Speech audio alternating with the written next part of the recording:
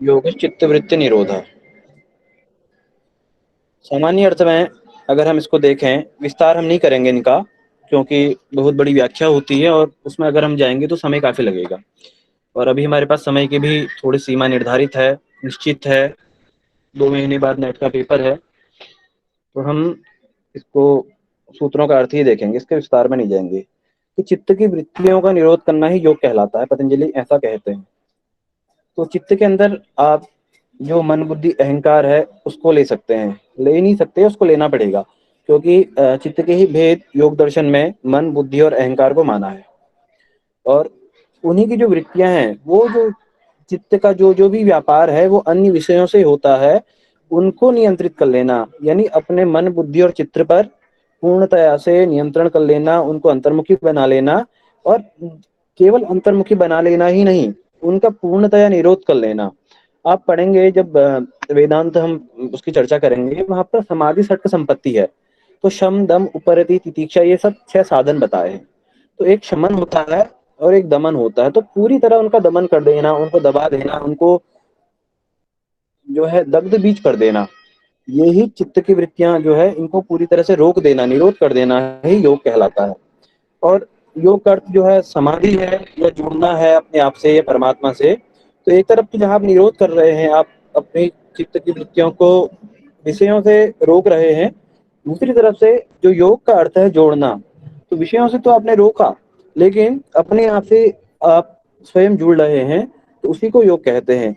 अगर हम अलग अलग परिभाषाएं देखें तो कहीं आत्मा से परमात्मा का मिलन योग है, कहीं शिव और शक्ति का मिलन योग है, कहीं चित्त वृत्ति निरोधों को योग कहा गया है, और कहीं तदादष्ट, इसमें भी तदादष्ट स्वरूप अवस्थान की बात कही है।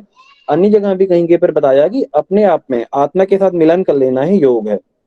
तो अलग अलग जो मत हैं, जो शैव लोग हैं या शाक्त लोग हैं, तो शिव शक्ति के मेल को योग मानते हैं। कहीं जो भक्ति प्रेमी लोग हैं या भक्ति मार्गी लोग हैं, भक्ति योग में आश्रित हैं, तो वो आत्मा और परमात्मा का मानते हैं। और कई लोग जो हैं स्वयं पुरुष की अपनी सत्ता को मानते हैं, तो वो कहते हैं कि अगर हम अपने आप से मिल जाएं तो वो योग कहलाता है। सामान्य इसका अर्थ इतना ही है। आगे श्रद्धा दृष्टि स्वरूप अवस्थानम, जब चित्त की वृत्तियों को रोक लिया जाता है, उनका निरोध कर लिया जाता है, उस समय जो दृष्टा है, दृष्टा यानी कर्ता, या जो पुरुष है, जो अपने स्वरूप में अवस्थित होने का प्रयास कर रहा है, प्रयत्न कर रहा है, जो साधक है, वो अपने स्वरूप में अवस्थित हो जाता है। पर कंडीशन कहा तदा, उस समय। और वो उस समय कब? जब चित्त की वृत्ति का निरोध होगा तब, उससे पहले नहीं। तो जब चित्त की वृत्तियों का निरोध होगा, उसी समय या उसके बाद ही जो साधक है अपने आप को पालेगा। और जब चित्त की वृत्तियों का निरोध नहीं कर पाएगा योग का साधक, या वह अपने कार्य में असफल हो पाता है, अथवा वो चाहता ही नहीं कि मैं चित्त की वृत्तियों का निरोध करूं, या प्रयास भी नहीं करता, जैसे हम और आप जैसे लोग हैं जो किंचित मात्र भी प्रयास नहीं करते, तो उस समय क्या होता है? अगले सूत्र में पतंजलि बताते हैं वृत्ति सारूप्यम इतरत्र। उस समय जो चित्त की वृत्तियां हैं, मतलब जो दृष्टा है, जो आत्मा या जो साधक है, उसका स्वरूप वृत्तियों के जैसा हो जाता है। तो उदाहरण से आप समझिएगा कि हम लोग संसार का ध्यान करते रहते हैं, कभी हमारा ध्यान भोजन की ओर को आकृष्ट होता है, रूप की ओर को आकृष्ट होता है, हम किसी के रूप सौंदर्य का ध्यान करते हैं। कभी हम रस का ध्यान करते हैं, किसी भोजन का ध्यान करते हैं। कभी हमारे कानों में हम चाहते हैं कि अच्छी चीजें सुनाई दें, अच्छी मतलब हमारे कानों को प्रिय लगने वाली, जरूरी नहीं है कि हम वो हमारे लिए अच्छी हो, पर हमको अच्छी लगे, हम ऐसा समझते हैं। तो हम शब्द का ध्यान करते हैं, कभी स्पर्श का, कभी गंध का, हमें अच्छी मादक खुशबू, अथवा जो हमारे घ्राणों को, हमारे जो है नासिका को प्रिय हो, ऐसी चीजें। जैसे परफ्यूम है, अगर हम देखें तो वो वैसे उसका साइड इफेक्ट होता है काफी, और नुकसानदेह है ना, लेकिन ये चीजें हमें अच्छी लगती है, हमारे लिए अच्छी नहीं है। ऐसे में क्या होगा? जो चित्त होगा वो वृत्तियों के अनुरूप हो जाएगा। चित्त की जितनी भी वृत्तियां हैं, यदि भी चित्त की वृत्तियां असंख्य हैं, क्योंकि जितने चित्त हैं उतनी वृत्तियां हैं। तो यहाँ पर अगले सूत्र में बताया कि 5 वृत्तियां हैं, तो उन्हीं वृत्तियों को जैसा चित्त चित्त हो जाता है। जो जो भी हमारे बुद्धि के या मन के विषय हैं, उन्हीं विषयों में हमारा चित्त जाके समाहित हो जाता है, और जो जो भी उसके रूप रस गंध स्पर्श शब्द आदि भेद हैं उनमें जाके चिपक जाता है, और हमारे मस्तिष्क पटल पर केवल उन्हीं का ध्यान आता है। अगर हमें किसी चीज की लत लग जाए तो हमारे दिमाग में बार बार वही आता है कि वो चीज हमें कैसे प्राप्त हो जाए। तो यही बात यहाँ पर कहते हैं कि वृत्ति सारूप्यम इतरत्र। उस समय जो दृष्टा है उसका स्वरूप वृत्तियों के सदृश हो जाता है, चित्त की वृत्तियों के समान हो जाता है। यानी वो, अगर आप संक्षेप में इसको दूसरे शब्दों में समझा रहा हूँ, इसका मतलब वास्तविक अर्थ नहीं है कि वो जो दृष्टा है वो वृत्तियों से मित्रता कर लेता है। आप इसको यहाँ पे ऐसे समझे मित्रत्र से, तो वृत्तियों से मित्रता कर लेगा। एक तो जहां बात करी है कि वृत्तियों का निरोध करे, तो ठीक इसी का उल्टा है कि वृत्तियों से मित्रता करेगा तो वो दृष्टा जब वृत्तियों का मित्र होगा, तो जब आपका दोस्त कोई आपको काम करने के लिए बोलता है, जैसा वो बोलता है आपको उसके अनुरूप ढलना पड़ता है। तो संगति के आधार पर ही हम लोग, जैसे अगर अच्छी संगति हो अच्छी ओर को जाते हैं, बुरी संगति हो तो बुराई में फंसते जाते हैं। तो वृत्तियां जितनी भी हैं ये समाज में बंधन का कारण है। तो इन्हीं वृत्तियों का जब जो आत्मा है या पुरुष है मित्र बन जाएगा, तो वो भी समाज के बंधन में फंसेगा। इसीलिए कहा वृत्ति सारूप्यम इतरत्र। अब भैया वृत्तियां कितनी हैं, तो पतंजलि अगले सूत्र में लिखते हैं वृत्तयः पंचतयः। वृत्तियां 5 प्रकार की हैं। क्लिष्टा क्लिष्टाः, क्लिष्ट और अक्लिष्ट। अब आप सोचेंगे ये क्या चक्कर है, जो पहली बार पढ़ रहे हैं कि वृत्तियों को तो कहा 5 और यहाँ बता रहे हैं 2 क्लिष्ट और अक्लिष्ट। तो इसको थोड़ा सा ध्यान से समझेंगे कि वृत्तियों की संख्या 5 बताई है। देखिए मैं ये बात बार बार कह रहा हूँ कि जितने चित्त हैं उतनी वृत्तियां हैं। वृत्तियां असंख्य हैं, पर उनके जो भेद हैं अगर हम उनको मतलब भेद के अनुसार देखेंगे तो वो 5 है मुख्य रूप से। उन्हीं पांचों में सारी वृत्तियां चित्त की आ जाती हैं, और इन पांचों से बाहर कुछ भी नहीं है। और क्लिष्ट और अक्लिष्ट के भेद से ये 2 प्रकार की हैं। अब थोड़ा क्लिष्ट और अक्लिष्ट को समझें। सामान्यतः क्लिष्ट का अर्थ आपको बंधन में डालने वाला या दुख देने वाला होता है, या जो क्लेशों को प्रदान करे वो क्लिष्ट है। और अक्लिष्ट माने जो आपको क्लेशों से मुक्त करे, जो आपके मन को प्रसन्न करे, आपके मन को अच्छा लगे, या आपको बंधनों से मुक्त करे। बंधनों से का अर्थ यहाँ पर यह है कि आपको कोई मोक्ष नहीं दिलाएंगी। चित्त की वृत्तियां मोक्ष में सहायक हो सकती हैं, अथवा आपके मन को भी प्रसन्न कर सकती हैं। लेकिन अगर हम दर्शन के हिसाब से देखें और योग दर्शन के हिसाब से, तो वृत्तियां ही बंधन का कारण हैं। तो अक्लिष्ट का अर्थ यहाँ पर बिल्कुल ये ना समझना कि बिल्कुल मोक्ष देने वाली है, ऐसा नहीं है। अगर ऐसा होने वाला होता तो पतंजलि पहले लिखते नहीं कि चित्त वृत्ति निरोधा। इसलिए तो आप ये सोचें कि जैसे आपके घर में छत है, और आप अपने ग्राउंड फ्लोर से या फर्स्ट फ्लोर से छत की ओर को जाते हैं, या फर्स्ट फ्लोर से सेकंड फ्लोर को जाते हैं, या एक फ्लोर से दूसरे फ्लोर में जाते हैं, तो आप 2 चीजों का यूज करते होंगे, सीढ़ी का अथवा लिफ्ट का। तो आप ध्यान देंगे कि जो लिफ्ट आपको ऊपर की ओर को ले जाने वाली है, यानी जो ग्राउंड फ्लोर से लेके जितने भी मंजिला आपकी इमारत है वहां तक आपको पहुंचाती है, वही लिफ्ट आपको नीचे उतारने का भी काम करती है। वही सीढ़ियां आपको नीचे भी उतार रहे हैं और ऊपर भी ले जा रही है। ठीक इसी प्रकार से वृत्तियां भी हैं। अगर आप उन्हीं वृत्तियों को अच्छे रूप में प्रयोग करें या आप जागरूक हैं, तो वो वृत्तियां आपकी सहायक होंगी। अगर वो वृत्तियां आपको मतलब आप सजग नहीं हैं, तो वो वृत्तियां क्लेश का कारण बन सकती हैं, क्लिष्ट होंगी, दुखदायी होंगी, और आपके मन में एक प्रकार से भय द्वेष या जो भी क्लेश हैं, जो अविद्या आदि 5 क्लेश हैं इसके बाद भी आएंगे, अब अगले अध्याय में पढ़ेंगे उनको, वो प्रदान करेंगे। तो क्लिष्ट और अक्लिष्ट सिंपल इतना है। इन्हीं 5 वृत्तियों को आगे बताया है प्रमाण विपर्य विकल्प निद्रा से बताया। 5 वृत्तियां हैं प्रमाण विपर्य विकल्प निद्रा और स्मृति। आप जो योग सूत्र का अभ्यास है इनको पढ़ने का स्वयमेव करें। मैं इस पर बार बार आपको उच्चारण नहीं करवाऊंगा, क्योंकि पहले सतेंद्र जी ने काफी मेहनत की है और उन्होंने आपको उच्चारण करवाया है। वो आपकी गलती है कि अगर आपने इनका उच्चारण नहीं किया, और अगर किया है बहुत अच्छी बात है, आपकी सहायक ये जो है योग सूत्र होंगे, इसका अभ्यास आपका सहायक होगा। तो स्वयं आप इनका अभ्यास करें, और जब आप इनका उच्चारण सीख जाएंगे तो आपको इस सूत्र का या योग दर्शन के जितने भी सूत्र हैं लगभग सभी का अर्थ करने में आपको सहायता मिलेगी और अक्लिष्ट वृत्ति वहां पर आपकी काम करेगी। तो 5 वृत्तियां बताई पतंजलि ने, प्रमाण, विपर्य, विकल्प, निद्रा और स्मृति। स्मृति इसलिए कहा क्योंकि बहुवचन का शब्द है। और इन्हीं 5 वृत्तियों में जो पहली वृत्ति है प्रमाण, विपर्य, विकल्प, निद्रा और स्मृति में पहली वृत्ति है प्रमाण। जो प्रमाण है इनकी चर्चा हम विस्तार से कल और उसके पहली वाली कक्षा में कर चुके हैं। तो हमने इन तीनों वृत्तियों को प्रत्यक्ष, अनुमान और आगम, आगम या शब्द आप इसको कह सकते हैं, इसको बहुत अच्छे से हमने पढ़ा था। और जिन्होंने अच्छे से कक्षा ली है उन्होंने समझा भी है, प्रत्यक्ष को भी समझा, अनुमान के जितने भेद हैं उनको भी समझा और आगम को भी समझा, और मैंने बाकायदा उदाहरण से इनको समझाया था। तो कक्षा अगर आपने ली तो बहुत अच्छा है, अन्यथा आप YouTube पर सुनिए तो आपके काम आएंगी। मैं पहले कह चुका था कि जो सांख्य दर्शन है इसको आप ढंग से पढ़ें तो योग दर्शन में आपकी सहायता करेगा। तो इस पर हम बिल्कुल चर्चा नहीं करेंगे। आचार्य जी, सिर्फ एक प्रश्न था मेरा। बिल्कुल बताएं।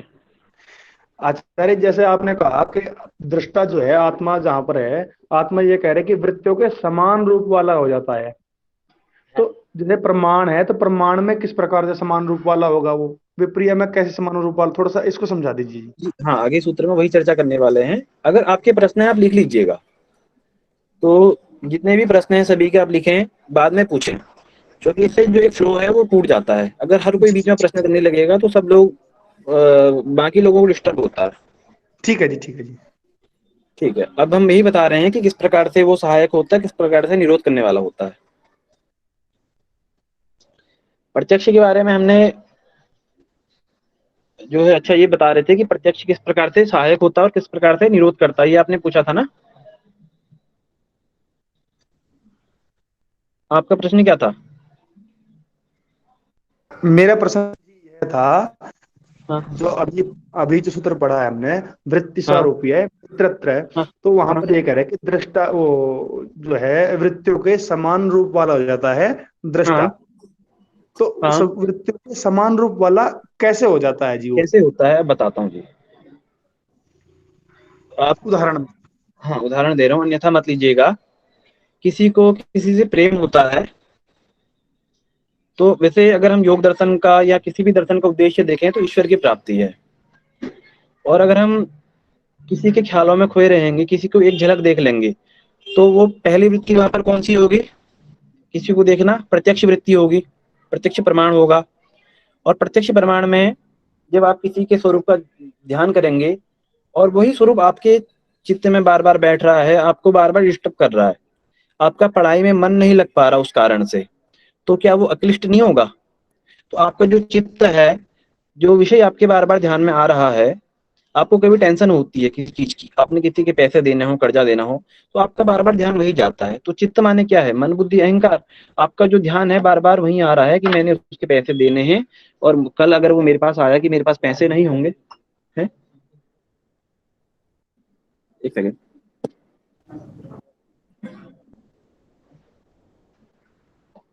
हाँ, तो अगर आपको ये है कि कोई आपने किसी के पैसे देने, आप नहीं दे पाए, तो आपका बुद्धि और मन, जिसको हम चित्त कहते हैं, बार बार उसी के ध्यान में जाएगा और वो आप बंधन ग्रसित होंगे, आपको दुखदायी होगा, इसीलिए क्लिष्ट भी है।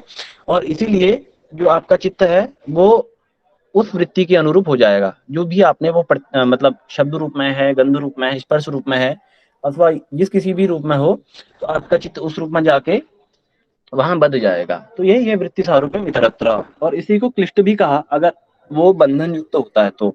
और कोई चीज आपके मन को भा रही है, वो अच्छी लग रही है, आपके मन में प्रसन्नता उससे होती है, तो वो चीज अक्लिष्ट वृत्ति है। तो इसी को हम यही प्रमाण में भी होता है कि अगर कोई शब्द आपको आपके मन को भाए, आपको अच्छे लगे, तो वो शब्द प्रमाण अक्लिष्ट वृत्ति होगी। और अगर आपको दुख देने वाली कोई वृत्ति है, कोई शब्द आपको ऐसे, अगर कोई अंधा व्यक्ति है, ब्लाइंड है, उसको आप कहेंगे कि अंधा आ गया, तो उसको कितना दुख होगा सोचें। प्रत्यक्ष प्रमाण के द्वारा आप उसको, अथवा शब्द प्रमाण के द्वारा आप उसको बोलें, तो उसको दुख दुख होगा। ये अक्लिष्ट वृत्ति, ये क्लिष्ट वृत्ति है। और अगर उसके मन में प्रसन्नता आ रही है, उसका मन प्रसन्न चित्त हो रहा है, तो अक्लिष्ट वृत्ति है। पर जो योगी व्यक्ति है तो चित्त वृत्ति का निरोध इसीलिए कहा क्योंकि जो सुखी दुखी समीकृत्वा लाभा लाभो जयाजय, जो सुख दुख हानि लाभ उसमें समान रहना ही योग है। तो अगर कोई आपकी प्रशंसा कर रहा है, आपने अपनी चित्त की वृत्तियों का निरोध किया, तो आपको उसकी न प्रशंसा से कोई मतलब होगा, अथवा जो आपके नाम पे विष उगल रहा है, तो ना आपको उसके विष से कोई मतलब होगा। तो समत्व का नाम योग है। पर इसलिए कहा कि अपने चित्त को ना मतलब उन वृत्तियों का मित्र बनाओ, ना क्लिष्ट के चक्कर में पड़ो, ना क्लिष्ट के चक्कर में पड़ो। आपको समत्व की भावना से अपने चित्त को नियंत्रित करो। आशा है आप समझे होंगे। अब हम प्रत्यक्ष की चर्चा कर चुके हैं पहले, प्रमाणों की। आगे हम पढ़ते हैं विपर्य क्या है, जो दूसरी वृत्ति पतंजलि ने अपने योग दर्शन में बताई। तो विपर्ययो मिथ्या ज्ञानम अतद्रूप प्रतिष्ठम, कहीं कहीं पर प्रतिष्ठितम भी लिखा है। तो पाठ भेद है, लेकिन व्याकरण की दृष्टि से अगर हम देखें संस्कृत के, तो शुद्ध है, उसमें कोई गलत नहीं है। तो कहते हैं विपर्य क्या है। विपर्य मिथ्या ज्ञान है, जो झूठा ज्ञान है उसी को हम विपर्य कहते हैं। और अतद्रूप प्रतिष्ठम, यहाँ पर जो मौ है इसको हम ओ बोलेंगे। इसका जो मौ, आधा मौ और ओ मिलके मौ बनता है। तो मिथ्या ज्ञानम तक हम मौ पढ़ेंगे, इसके बाद हम ओ यहाँ ले लेंगे, अतद्रूप प्रतिष्ठम। तो विपर्य, इसको आप केवल शब्दों का अर्थ समझे पहले। विपर्य क्या है, तो विपर्य झूठा ज्ञान है, और ऐसा झूठा ज्ञान जो अतद्रूप प्रतिष्ठम है, जो अपने वास्तविक स्वरूप में प्रतिष्ठित नहीं है, वो ही विपर्य है। अब इसको उदाहरण के माध्यम से समझते हैं। ऐसा जो झूठा ज्ञान, झूठा स्वरूप, बहुत प्रसिद्ध उदाहरण आपने पढ़ा होगा जिन्होंने योग दर्शन पढ़ा है, सांप और रस्सी वाला मिलता है। कि आपको रस्सी दिखी, थोड़ा अंधेरा अंधेरा सा कमरा था या दिन में ही, तो आपको लगा है एक बार देखते ही कि सांप है, और आपके मन में भय उत्पन्न होगा। अब भय उत्पन्न हो गया, आप भयाक्रांत हो गए। तो वही जो है क्लिष्ट वृत्ति है, आपको जो भय देने वाली है। और जो दूसरा, कुछ क्षण के लिए ऐसा भी हो सकता है कि आपको सांप दिखा है और आप सांप को रस्सी समझ के उसको पकड़ ले रहे हैं। तो उस समय जो आपके मन में प्रशंसा या प्रसन्नता उत्पन्न हुई कि जैसे आप रास्ते में जा रहे हैं, आपको कोई पीतल का टुकड़ा मिला, पीले रंग का, वो भी होता है। आपके मन में ये हुआ कि मुझे सोना मिल गया, और आपने उसको पकड़ा, और आपके मन में प्रसन्नता हो गई, आपके मन में अक्लिष्ट वृत्ति उत्पन्न हो गई। यहाँ पर जो है आपके मन को सुख देने वाली वृत्ति है। लेकिन अगर योग की दृष्टि से चित्त की वृत्तियां दुखी देती हैं, तो कुछ क्षण के लिए वो क्लिष्ट है, लेकिन वो दुखी देगी। तो बाद में जब आपको पता चलेगा कि ये सोना नहीं पीतल है, तो ये दुख देने वाली वृत्ति हो जाएगी। और ऐसे ही कोई चीज आपको, रस्सी और सांप वाला उदाहरण है, उसके माध्यम से आपको पहले ही हो रहा है कि रस्सी की जगह सांप हो गया, वहां पर आपको दुख मिल रहा है पहले ही, तो वो वृत्ति क्लिष्ट वृत्ति है। तो इस प्रकार से दोनों वृत्तियों का निरोध करना ही जो है चित्त की वृत्ति का निरोध है। और अक्लिष्ट और क्लिष्ट दोनों वृत्तियों को हमें निरोध करना चाहिए। अथवा कोई, जैसे दो लोग हैं, शकल मिलती जुलती है, तो या तो जुड़वा होते हैं, हमारा काम एक भाई से है और हमें दूसरा दिख रहा, हमने उसको, जैसे हमारे गांव में भी दो लोग हैं, एक अभी एक आदि, दो बच्चे दोनों सेम लगते हैं। अगर हमें अभी को बुलाना होता है तो हम उसको आदि बोलते हैं, और वो आने के बजाय दूर भाग जाता है। तो वहां पर जो हमें लग रहा है कि क्लिष्ट है, मतलब जो वहां पर वृत्ति है वो पहले अक्लिष्ट वृत्ति थी, बाद में उसने क्लेश रूप धारण कर लिया। ऐसे ही कभी कभी क्लिष्ट वृत्ति अक्लिष्ट रूप भी धारण कर सकती है। दो वस्तुओं में समानता जब हम देखेंगे, तो इस प्रकार से हम विपर्य को वहां पर घटा सकते हैं।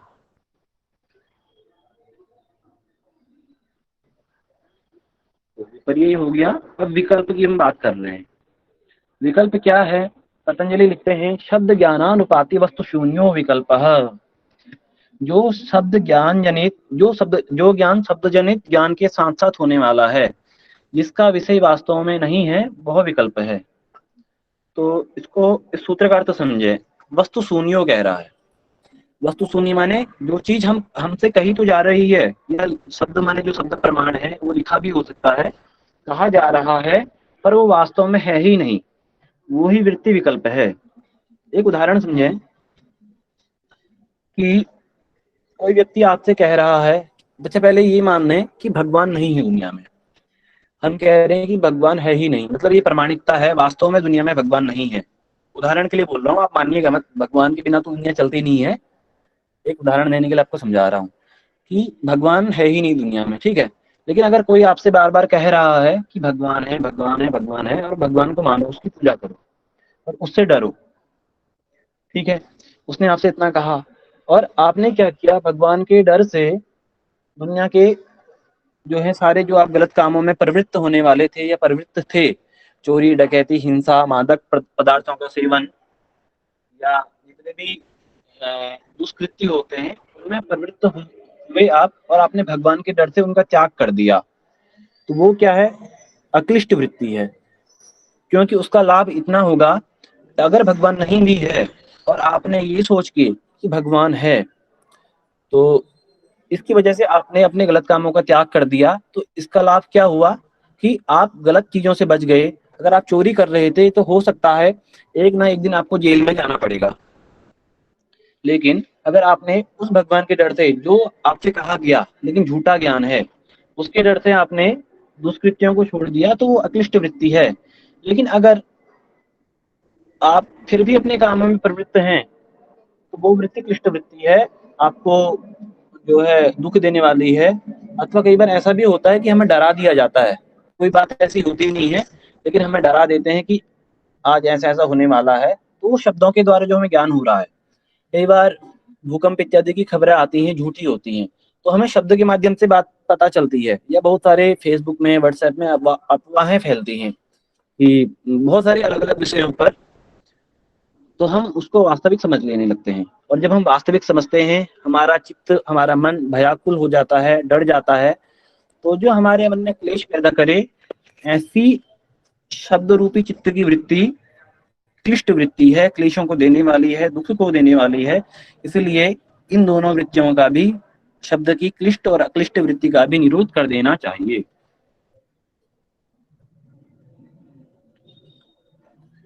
अगला जो सूत्र है, अभाव प्रत्ययालंबना वृत्तिर निद्रा। ये सूत्र थोड़ा सा कठिन है, या हो सकता है किसी को समझ में ना आए। बार बार आप अगर बुक को पढ़ेंगे तो आपको समझ में आ जाएगा। मैं प्रयास करता हूँ इसको समझाने का। कि देखिए, पहले इसका अर्थ देखेंगे। अभाव के ज्ञान का अवलंबन करने वाली वृत्ति ही निद्रा है। जब हम सोते हैं तो आप लोग महसूस करेंगे, आप सुबह उठ के किसी को बोलते हैं, अपने दोस्तों को, या खुद भी महसूस करते हैं कि कल रात मुझे नींद नहीं आई, या कल रात मुझे बहुत बढ़िया नींद आई। आप तो सोए थे, आपको दुनिया की कोई खबर ही नहीं है कि दुनिया में क्या चल रहा है। तो आपको किसने बताया कि आपको नींद आई, अच्छी आई? अगर नींद नहीं आई तो आप जागे हैं, तब तो आप बता दोगे कि मुझे नींद नहीं आई, मैं टाइम देख रहा था, इतने इतने बजे तक मुझे नींद नहीं आई थी। अथवा कई लोग कहते हैं कि मुझे 3 बजे बाद नींद आई रात में, 2 बजे बाद नींद आई। तो आपको किसने बताया कि आपको 2 बजे बाद नींद आई? आपने क्या टाइम देखा था जब आपको नींद आई? नहीं देखा था। तो ऐसा कोई कोई तो मतलब हमारे चित्त में ऐसा तत्व विद्यमान है जो उस नींद का भी हमें बोध कराता है, उस नींद को भी हमें बताता है कि रात को हमें नींद कैसी आई। अगर हमें बहुत गहन नींद आई होती है, कोई दरवाजा भी खटखटाता है, तो हमें सुनाई नहीं देता। दूसरे दिन वो बोलता है कि मैं कल रात मैंने इतनी बार दरवाजे पे नॉक किया और तू उठा नहीं। इसका मतलब हम कहते हैं हमें बहुत बढ़िया नींद आई, बहुत गहन नींद थी। और हमें जब नींद आती है तो ढोल नगाड़े भी बजे, हम लोग मैं उठता नहीं हूँ। तो यही जो वृत्ति है जो आपको बताता है कि आपको बहुत अच्छी नींद आ सकती है। इसका मतलब हमारे चित्त में भी कोई एक ऐसा तत्व है जो आपको बता रहा है कि जो आपकी नींद का ज्ञान है, वो नींद का ज्ञान करा रहा है। इसी वृत्ति को निद्रा वृत्ति कहते हैं। अब ये जो निद्रा है, ये दो प्रकार का हो सकता है। एक अक्लिष्ट भी हो सकता है, क्लिष्ट भी हो सकता है। क्लिष्ट और अक्लिष्ट जैसे मैं बता चुका हूँ कि आपको जो क्लिष्ट वृत्तियां हैं, क्लेश युक्त वृत्तियां हैं, वो दुख देने वाली हो सकती हैं। और अक्लिष्ट वृत्तियां आपके जो है चित्त के सॉरी आपके अच्छे मार्ग में सहायक हो सकती है। तो जो निद्रा की हम बात कर रहे हैं, यहाँ पर निद्रा अक्लिष्ट कैसे होगी? अगर हम सुबह उठे और सुबह हमने अपने आप को फ्रेश महसूस किया। आप अगर रात को 3 बजे भी सो रहे हैं और आप सुबह ब्रह्म मुहूर्त में उठ जाते हैं, आप 4, साढ़े 4, 5 बजे के अंदर-अंदर उठ जा रहे हैं और आपको रत्ती भर भी, लेश मात्र भी प्रमाद नहीं है, आलस्य नहीं है, अपने काम के प्रति आपको कोई भी कठिनता नहीं हो रही अपने नींद के कारण। तो आपके अंदर सात्विक वृत्ति का इसका मतलब आविर्भाव हुआ है। आप सतोगुण के कारण सुबह 4 बजे उठ गए और आपने अपने जो कार्य थे वो नियमित दिनचर्या के अनुकूल किए। तो यही वृत्ति जो है सात्विक वृत्ति है और यही अक्लिष्ट वृत्ति है, आपको सुख देने वाली वृत्ति होगी। क्योंकि आप नियमित अपना काम करेंगे, समय से अपना काम करेंगे, ब्रह्म मुहूर्त में उठेंगे, आपका स्वास्थ्य भी अच्छा रहेगा, स्वास्थ्य का संवर्धन होगा, संरक्षण होगा। साथ में आपके जो नियमित कार्य होंगे, उनमें आप लेट नहीं होंगे और अच्छे से वो कार्य सही रूप से संचालित होंगे। इसीलिए इस निद्रा को अक्लिष्ट कहा। अगर हम क्लिष्ट की बात कर रहे हैं, तो कई लोग इतने आलसी और इतने प्रमादी होते हैं, रात को सो तो 8 बजे जाते हैं, लेकिन सुबह 9 बजे तक वो बिस्तर में ही रहते हैं। फिर भी जब वो उठें, तो उठते ही उनको चाय चाहिए। चाय मिलने के बाद भी वो 1 घंटा बिस्तर में फ़ोन चलाएँगे, आराम से उठेंगे, फिर नहाएँगे, 12-1 बजे तक जब नहा धो के आते हैं, फिर उनका ब्रेकफ़ास्ट होता है। तो उनके जितने भी उनका जो शेड्यूल होता है दिन का, ऐसे लोगों को तो कोई शेड्यूल होता ही नहीं पहली बात।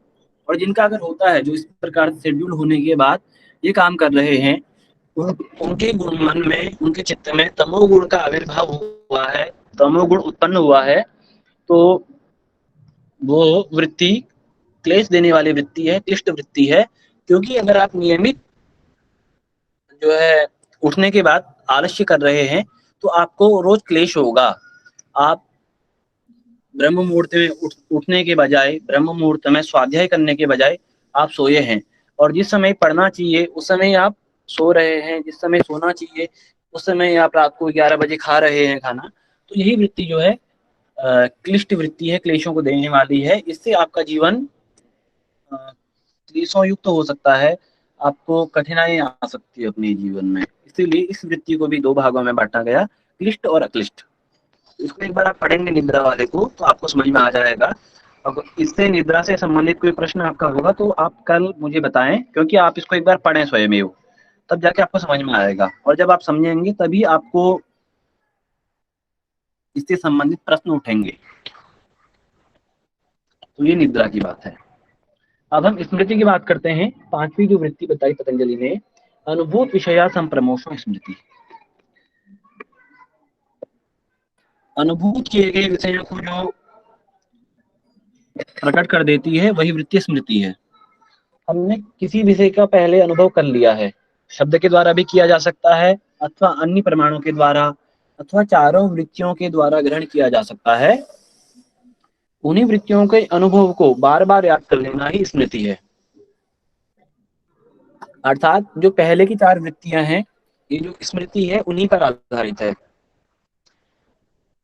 आप बस में गए एक बार, और बस में चढ़ते ही आपकी जेब कट गई, आपका पर्स गायब हो गया, पर्स में अच्छे खासे पैसे थे, सारी रकम चली गई। तो ठीक है, पहली बार आपको प्रत्यक्ष वृत्ति थी, आपको पता चल गया कि मेरी जेब कट गई है।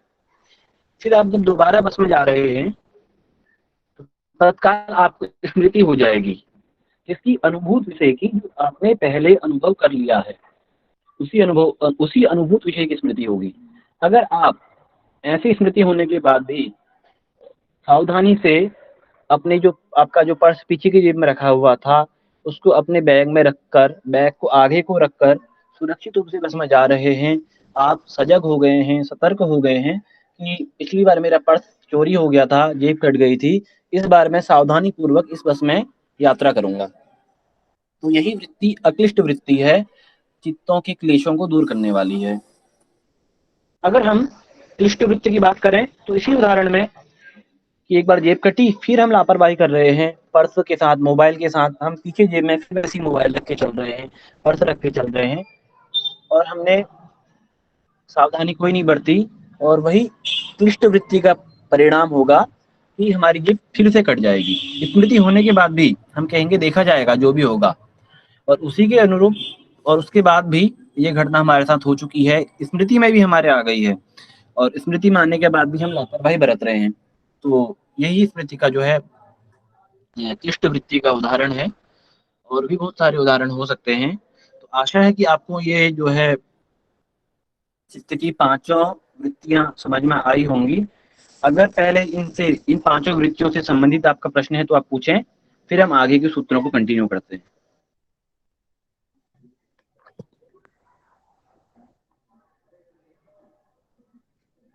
एक क्वेश्चन पूछूं सर जी कि पूछिए। जैसे जैसे पॉजिटिव भी रहती है जब, तो वो तो हो गई अक्लिष्ट और क्लिष्ट में। जैसे अगर किसी बच्चे के पैसे गुम गए हैं और अगर अपन ने उसको अपनी तरफ से दे दिए और बोल दिए ये तुम्हारे ही थे, तो वो पॉजिटिव रहेगा, तो उसको किस उसमें लेंगे? तो आपके पैसे गुम हो गए, आपको किसी ने पैसे दिए ना, तो वो तो नहीं सामने वहां नहीं, पर जैसे किसी बच्चे के गुमे हैं और अपन दे दें और बोले ये तुम्हारे ही थे। ये तुम्हारे ही थे। हाँ, तो वहां पर हाँ। जो दो वृत्तियां एक साथ हो रही है ना, पहली तो जो है पैसे गुम हुए उस समय उसको दुख होगा, ठीक है, क्लिष्ट होगी। लेकिन जब उसको आप पैसे मिल रहे तो अक्लिष्ट रूप में हो जाएगी। दूसरी बात कि वो वृत्ति वहां पर स्मृति नहीं कहलाएगी, वो वृत्ति प्रत्यक्ष जो है प्रत्यक्ष प्रमाण के अंतर्गत आएगा, तो प्रत्यक्ष वृत्ति कहलाएगी, क्योंकि आप उसे सामने सामने दे रहे हैं ना। हाँ, और वो स्मृति में भी चली जाएगी अगर बाई चांस कभी कुछ ऐसा होता है तो। तो स्मृति में चली जाएगी, पर स्मृति में क्लिष्ट और अक्लिष्ट नहीं हो पाएगा, क्योंकि हर बार जरूरी थोड़ी है कि सामने कोई पैसे देने वाला हो। एक बार आप ईमानदार हैं, आपका सामना उससे हुआ, आपने उसको पैसे लौटा दिए, जरूरी नहीं है कि कोई और उससे पैसे लौटाएगा। हाँ ये तो है, बट पॉजिटिव अपने लिए भी हाँ थोड़ा हाँ, सा वो मतलब मन में एक सकारात्मक अगर भाव ला रही है पॉजिटिव। तो हाँ। अक्लिष्ट वृत्ति होगी, और आप थैंक यू। आपकी आपकी तरफ से वो प्रत्यक्ष वृत्ति के अंतर्गत आएगी। जी, और किसी का कोई प्रश्न है? सर आगम प्रमाण में कैसे क्लिष्ट और अक्लिष्ट होगा? आगम तो अपउपदेश जैसा है ना, जो मतलब गुरु आगम वचनों के प्रमाण में द्वारा। कैसे क्लिष्ट और अक्लिष्ट होगा? हाँ तो आगम माने हम क्या समझते हैं? सर, जो अपउपदेश को ही आगम प्रमाण कह सकते हैं हम। शब्द प्रमाण को जो कहते हैं ना।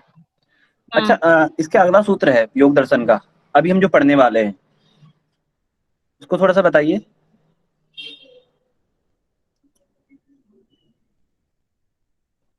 चलिए मैं बता देता हूँ। अभ्यास वैराग्य अभ्याम तन्निरोधा। जी जी सर, अभ्यास अभ्यास और वैराग्य। वैराग्य के द्वारा चित्त की वृत्तियों का निरोध होता है, दुनिया जानती है, हमें भी पता है। तो ये हमारे पास आगम प्रमाण है, अथवा सत्यमेव जयते, हम सभी जानते हैं। उपनिषद का वाक्य है कि सत्य की हमेशा जय होती है। पर ये जानने के बाद भी हम कितना उसको फॉलो करते हैं, थोड़ा विचार कीजिए। और जब हम उसको फॉलो नहीं करते तो वही वृत्ति क्लिष्ट रूप में हमें दुख देती है। कि अभ्यास वैराग्य अभ्याम तन्निरोधो, हम जानते हैं कि अभ्यास से ही या वैराग्य से ही हमारे जो कार्य है हम उसमें सफलता पा सकते हैं, चित्त की वृत्तियों का निरोध भी हो सकता है, अथवा हमारे कार्यों में हमें लक्ष्य की प्राप्ति हो सकती है। पर ये जानने के बाद भी हम उसका क्लिष्ट रूप अपनाते हैं। हम कहते हैं कोई बात नहीं, हम कल कर लेंगे, कल कर लेंगे। इतना प्रमाद हमारा बढ़ जाता है कि हम उस काम को रोज टालते चले जाते हैं। तो यही क्लिष्ट वृत्ति है। आशा है समझे होंगे। जी सर, जी सर।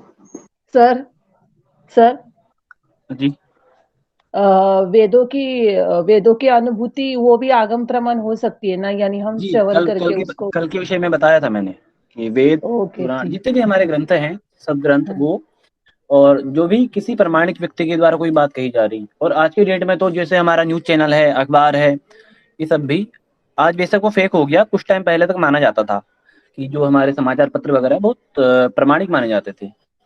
आज तो भरोसा ही नहीं करना किसी का, लेकिन पहले थे। और आज भी अगर हम कोई बुक लिखते हैं, आपने कोई बुक लिखी किसी भी चीज पर, योग दर्शन की कोई टीका लिखी, तो आप उसमें संदर्भ ग्रंथ लिखेंगे कि आपने जो है इस बुक का रेफरेंस वहां पर ग्रहण किया है।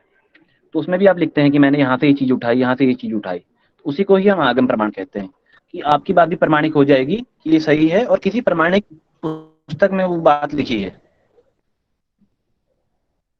जी, और किसी का कोई प्रश्न है? सर विकल्प में आपने उदाहरण जो दिया था भगवान का, तो वो क्लिष्ट और क्लिष्ट कैसे होगा? शब्द रूप में विद्यमान है लेकिन हमने प्रत्यक्ष रूप से देखा नहीं, वो बात हुई ना यहाँ पे। क्लिष्ट और क्लिष्ट की हमने उनको देखा नहीं है तो वो क्लिष्ट हुई। नहीं नहीं, देखिए ये जो वहां पर दो है ना शब्द में, एक जो है विकल्प वृत्ति है, शब्द ज्ञानानुपात है, वस्तु शून्य विकल्प, वो विकल्प वृत्ति है। दूसरी वाली, पहला शब्द प्रमाण है जो अभी मैंने जो आपको पहला आपने शब्द मुझसे पूछा था, तो मैंने आपको जो प्रमाण के अंतर्गत शब्द आता है मैंने उसका उदाहरण दिया था। शब्द वाला समझे होंगे आप? जी सर। हाँ, जो भगवान वाला उदाहरण है ये शब्द का नहीं, ये विकल्प का उदाहरण है। विकल्प माने वस्तु शून्य हो, पहले ही बता दे रहा है कि झूठा ज्ञान है। वहां तो हमें पहले मतलब पता नहीं है कि सच है झूठ है, हम तो वेद के वाक्यों को सच मान के उस पर हम कार्य कर रहे हैं, जो हमारा शब्द प्रमाण है। लेकिन अगर हम विकल्प की बात कर रहे हैं तो विकल्प में तो झूठा, वास्तव में झूठा ज्ञान है वो। अगर हम मान रहे हैं कि भगवान है ही नहीं है, मतलब किसी को पता नहीं है, किसी जंगल में मतलब पहले कैसा होता था, लोग जंगल के रास्ते यात्रा करते थे। तो आपको दूसरे गांव जाना है और उस जंगल से होकर के जाना है, तो आपसे गांव के लोग कह रहे हैं कि भैया उस जंगल में बहुत सतर्क रह के जाना, आपके जो बंदूक और हथियार हैं वो आप साथ लेके जाएं, वहां पर भयावह भयंकर जानवर रहते हैं, वहां पर डकैत रहते, चोर रहते हैं। और मान लीजिए उस जंगल में कोई भी चोर नहीं है, अगर आप सतर्क होकर जाएंगे, आप अपने पास सुरक्षित हथियार लेके जाएंगे और आपको चोरों से सामना हो भी गया, तो आपका उसमें वहां पर वो वृत्ति सही काम कर जाएगी, अक्लिष्ट रूप में कार्य करेगी। यद्यपि वो झूठी है, किसी ने अफवाह फैलाई है कि उस जंगल में डाकू रहते हैं, डकैत रहते हैं, तो अक्लिष्ट रूप में कार्य करेगी। और अगर वहां पर झूठी भी वृत्ति है और आप साथ में हथियार लेके जा रहे हैं, तो आपको उसको नुकसान क्या हो जाएगा? कुछ भी नहीं होगा ना आपको, मतलब आप पूरी तरह से सुरक्षित हैं। तो इसी को हम अक्लिष्ट रूप में देख सकते हैं। और अगर वहां पर चोर डकैत हो गए बाय द वे और हम हथियार लेके गए ही नहीं, तो हमें वही वृत्ति दुख देने वाली होगी और हमारे साथ बहुत कुछ हो सकता है। इसीलिए विकल्पों को हम इस रूप में समझ सकते हैं कि झूठा ज्ञान है, पर वो हमें, हमारे मन को अच्छा भी लग सकता है और बुरा भी लग सकता है। किसी की तारीफ हम झूठी तारीफ कर देते हैं, उसी को समझ लें कि उसी की जो झूठी तारीफ है वो उसके मन को अति प्रसन्न कर देती है, तो वो भी अक्लिष्ट वृत्ति है। और अगर हम जो है सच होने के बाद, नहीं सच होने का तो उसमें सवाल ही नहीं है, अक्लिष्ट वृत्ति का उदाहरण इतना ही है कि जो वस्तु शून्य होगा उसका कोई भी अर्थ नहीं होगा, वो निराधार बात होगी, लेकिन हमारे मन को प्रसन्न करने वाली भी हो सकती है और दुख देने वाली भी हो सकती है। सर यानी जो विकल्प वृत्ति है वो क्लिष्ट और अक्लिष्ट दोनों स्वरूप की रहती है हाँ ना? इस सूत्र हाँ। में ऐसे ही बताया गया है ना? अच्छा, हम जैसे हम और पहले बचपन में स्कूलों में टीचर की टीचर बात का कर। नाम रखते थे। थोड़ा थोड़ा उदाहरण ध्यान से सुने। हम किसी टीचर का नाम रखते थे, हम उसको बोलते थे तबला, या कुछ भी नाम रख लिया टीचर का, तो क्या वास्तव में तबला है? नहीं है ना, झूठी वृत्ति है। अगर वो टीचर को पता चलेगा तो उसके मन में दुख हो जाएगा, तो वो उसके मन को क्लेश देने वाली है। अगर उसको लगेगा कि मेरा, मैं वास्तु तबला हूं ही नहीं, मेरे को क्या फर्क पड़ना है इससे, लोग तो कहते रहेंगे मेरे बारे में क्या क्या कहेंगे, तो वही वृत्ति अक्लिष्ट वृत्ति है।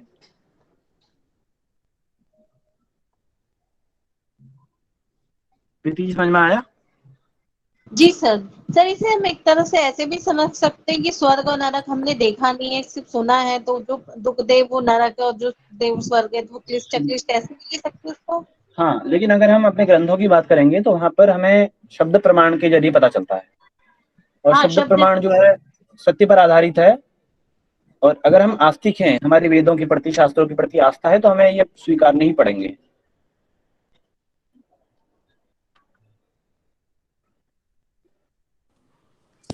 तो उसको हम शब्द प्रमाण के अंतर्गत लेंगे।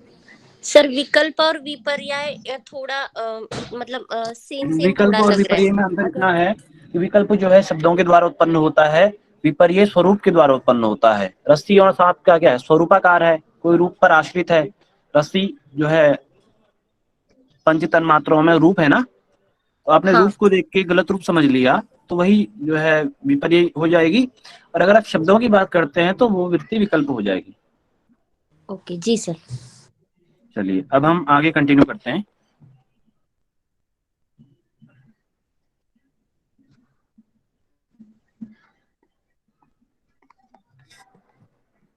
आप एक बार इनका स्वाध्याय कीजिएगा, आपको स्वतः ही समझ में आने लगेंगे। अगला सूत्र है तत्र स्थित, अच्छा हाँ, अभ्यास वैराग्यम हम रहेंगे। अभ्यास वैराग्याभ्याम तन्निरोधः। तो बार बार पतंजलि कहते हैं चित्त की वृत्तियों का निरोध करो, चाहे क्लिष्ट हो या अक्लिष्ट हो। तो भैया किसी ने पूछा कैसे करें, हमें बता दो।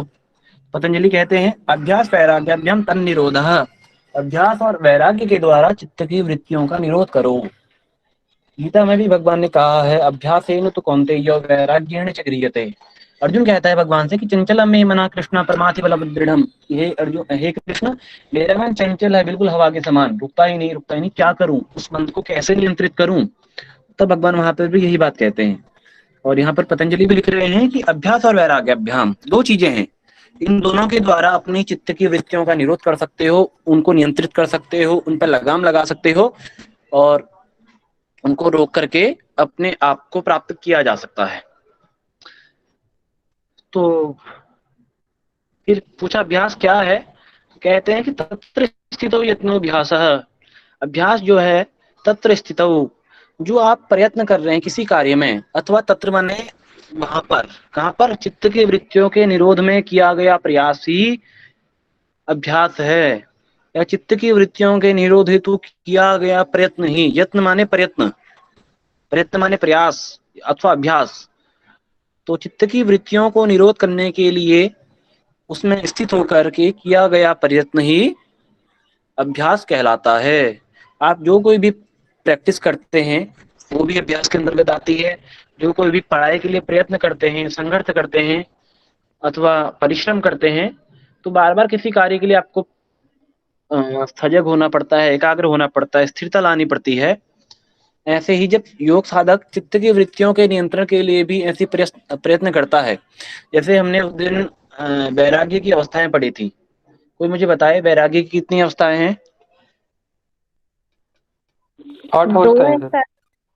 वैराग्य की सर 2 है, पर वैराग्य और अपर वैराग्य। अरे नहीं, इसके नहीं, जो हमने सांख्य दर्शन में पढ़ा था।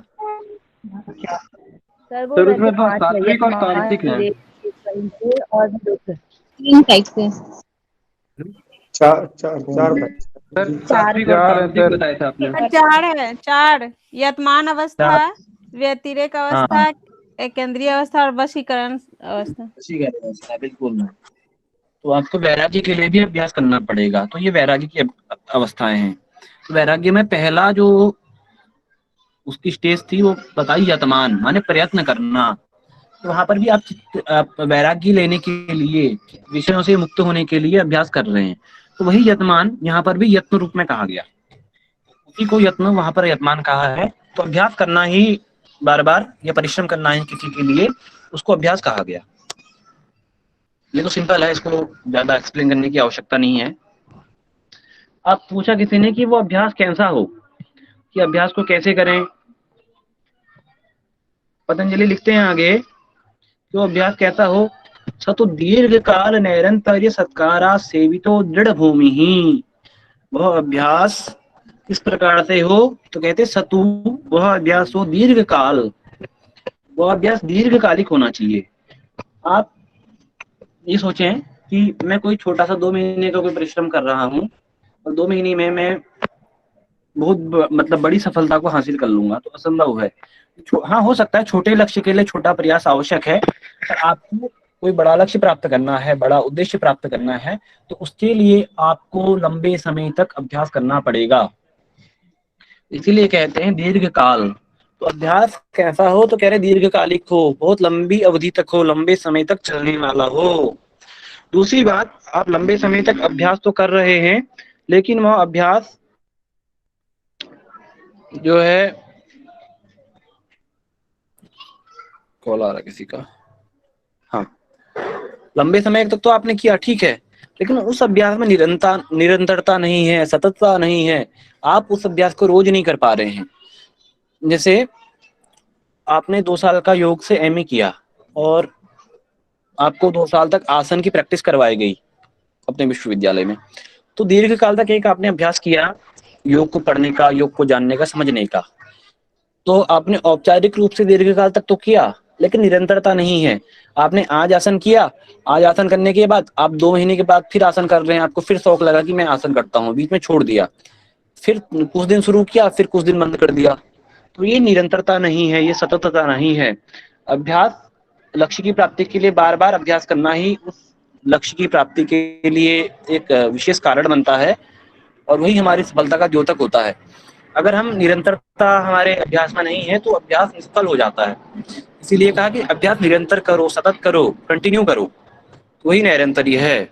उसका है कि सत्कारा सेवितो दृढ़ भूमि ही।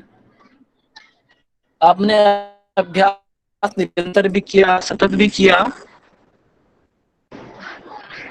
जो है दीर्घ काल तक भी किया, लेकिन आपकी उस अभ्यास के प्रति श्रद्धा नहीं है। जब तक आपकी किसी के प्रति श्रद्धा नहीं होगी तो आपको उसका फल पूरा नहीं मिल पाता। आप भोजन के प्रति देखिए, आप भोजन करते हैं तो हम लोग कहते हैं कि भोजन एकाग्रचित्त मन से करते हैं। आपने खाना खाया, आप रोज भी खा रहे हैं, दीर्घ काल तक खा रहे हैं, किसी ने आपको कोई अच्छी डाइट बताई है कि आपको एक अच्छा शरीर बनाने के लिए इस प्रकार के जो डाइट चार्ट है वो फॉलो करना है, तो आपने उसको दीर्घ काल तक फॉलो किया कि आप रोज कर रहे हैं। लेकिन कई बार क्या होता है ना, कई व्यक्ति खूब खाने के बाद, अच्छा खासा भोजन करने के बाद भी मोटे तगड़े तंदुरुस्त नहीं हो पाते हैं। उसका कारण एक ये भी होता है कि हमारा जो हम मन से उससे जुड़ नहीं पाते, हम मन के अनुरूप उसमें ढल नहीं पाते। तो हम कहते हैं भोजन और भजन एकाग्रचित्त मन से करो। तो भोजन का कारण क्या है, अगर हम सही ढंग से मन से भोजन खाएंगे तो भोजन पचाने की प्रक्रिया तो हम तो लीवर से इधर से धक्का मार के कहते नहीं कि तो बाइल जूस छोड़, इधर से पेनक्रियास से पेनक्रियाटिक जूस छोड़ने के लिए नहीं कहते। तो ये सब किससे हो रहा है, हमारे ब्रेन से हो रहा है, ऑटोनॉमिक नर्वस सिस्टम से मतलब सब संबंधित है। और अगर हम बेमन से भोजन खा रहे हैं तो हमारा भोजन पचता नहीं है, क्योंकि हमारा दिमाग कहीं और है, और जब दिमाग व्यस्त होगा वो सही से एंजाइम का स्राव नहीं कर पाएगा तो भोजन पचेगा नहीं, और पचेगा नहीं तो हमारे भोजन का पोषण सही से प्राप्त हमें होगा नहीं। तो इसीलिए हम कहते हैं कि भोजन एकाग्रचित्त मन से करो, भोजन के प्रति श्रद्धा रखो। उसका वैज्ञानिक कारण भी है। अन्न को हम भगवान मानते हैं वो तो ठीक है, अगर वैज्ञानिक कारण में देखें तो उसका कारण यही है कि जो हमारा जो पाचक पाचक रस है वो शरीर में अच्छे से स्रावित हों, और अगर वो अच्छे से स्रावित होंगे, हमारा मन, हमारी बुद्धि, हमारा जो दिमाग है वो भोजन के साथ जुड़ा हुआ होगा, तो वो अच्छे से शरीर में काम करेगा और हमें पुष्टि प्रदान करेगा। वही जो है सत्कारा सेवित है, भोजन को श्रद्धा भाव से ग्रहण करना। तो एक उदाहरण दिया मैंने भोजन का। अगर किसी भी अभ्यास को आप श्रद्धा पूर्वक कर रहे हैं तो ही आप उस अभ्यास को, उस कार्य में सफलता प्राप्त करेंगे। दृढ़ भूमि वो आपका अभ्यास होगा। दृढ़ भूमि का अर्थ है कि वो मजबूत हो जाएगा, पक्का हो जाएगा आपका अभ्यास। शुरू शुरू में कोई लोग पद्मासन लगाते हैं तो वो बड़ी मुश्किल से पद्मासन लगा पाते हैं, और एक स्टेज ऐसी आती है कि वो बिना हाथों की सहायता से पद्मासन लगाने में समर्थ होते हैं, सिर्फ और सिर्फ अभ्यास के कारण। इसीलिए वो अभ्यास दीर्घकाल भी हो, वो निरंतर भी हो, और उसके प्रति हमारी श्रद्धा भी हो। तो इसलिए अभ्यास का ये स्वरूप बताया गया है। आगे बताते हैं वैराग्य क्या है। वैराग्य हमने बुद्धि वाले चैप्टर में पढ़ा था। देखिए 8 धर्म पढ़े थे, उसमें जो दूसरा धर्म है वैराग्य है, वो वैराग्य क्या है कोई मुझे वहां से बताए।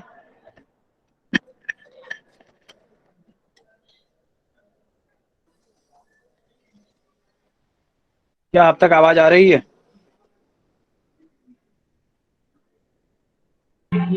और हेलो सर। बताएं। जी सर, इंद्रियों के द्वारा देखे सुने हुए विषयों में आसक्ति न होना ही वैराग्य है। ये तो जो है बुक वाली लैंग्वेज है ना। जी सर। उस दिन हमने वैराग्य की चर्चा करी थी बुद्धि वाले चैप्टर में जब हमने पढ़ा था। प्रेरणा जी आप बताएं।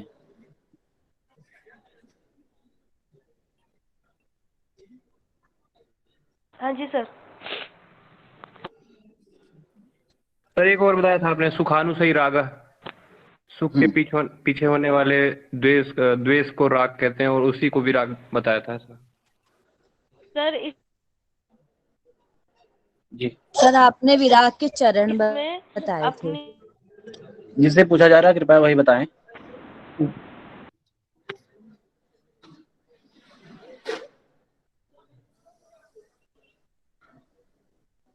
हाँ जी बताएं, प्रेरणा जी बताएं।